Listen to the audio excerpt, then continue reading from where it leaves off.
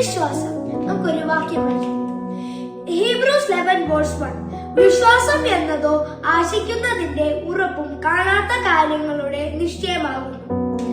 ബൈബിളിൽ ഒരു കഥയുണ്ട്. ശതാധിപന്റെ ബാല്യക്കാരൻ. ശതാധിപന്റെ ബാല്യക്കാരന് ഒരു ദിവസം അസുഖം പിടിച്ചു. അപ്പൊ ശതാധിപൻ ഓടിപ്പോയി യേശുക്രിസ്തു പറഞ്ഞു, എന്റെ ബാല്യക്കാരന് അസുഖം പിടിച്ചു. അപ്പൊ ദൈവം പറഞ്ഞു, ഞാൻ നിന്റെ വീട്ടിൽ വരാണ്.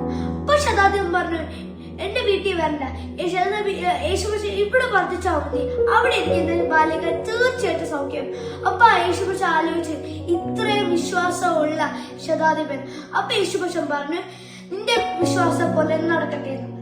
ബൈബിളില് കടുകമണി പോലെ വിശ്വാസം ഉണ്ടെങ്കിൽ മല നീങ്ങുന്നു പറഞ്ഞിട്ടുണ്ട്. അപ്പം ഹന്നയ്ക്ക് കുഞ്ഞില്ലായിരുന്നു. ഹന്നയ്ക്ക് ആലയത്തിൽ പോയി കരഞ്ഞു പ്രാർത്ഥിച്ചപ്പോ ഹന്നയ്ക്ക് പിറ്റേ വർഷം കുഞ്ഞു കിട്ടി. അപ്പൊ ഹന്ന വിശ്വാസത്തോടെ പ്രാർത്ഥിച്ചപ്പോ ഹന്നയ്ക്ക് കുഞ്ഞു കിട്ടുന്നത്. അതുപോലെ നമ്മൾ ഓരോരുത്തരും വിശ്വാസത്തോടെ പ്രാർത്ഥിച്ചാൽ നമ്മുടെ എന്ത് പ്രശ്നമായാലും നമുക്ക് എന്തോ വേണ്ടതും യേശുവിനെ കുറിച്ച് കരഞ്ഞ് വിശ്വാസത്തോടെ പ്രാർത്ഥിച്ചാൽ നമുക്ക് വിടുതലുണ്ടാവും. എന്റെ മക്കൾ ചോദിക്കുന്നു.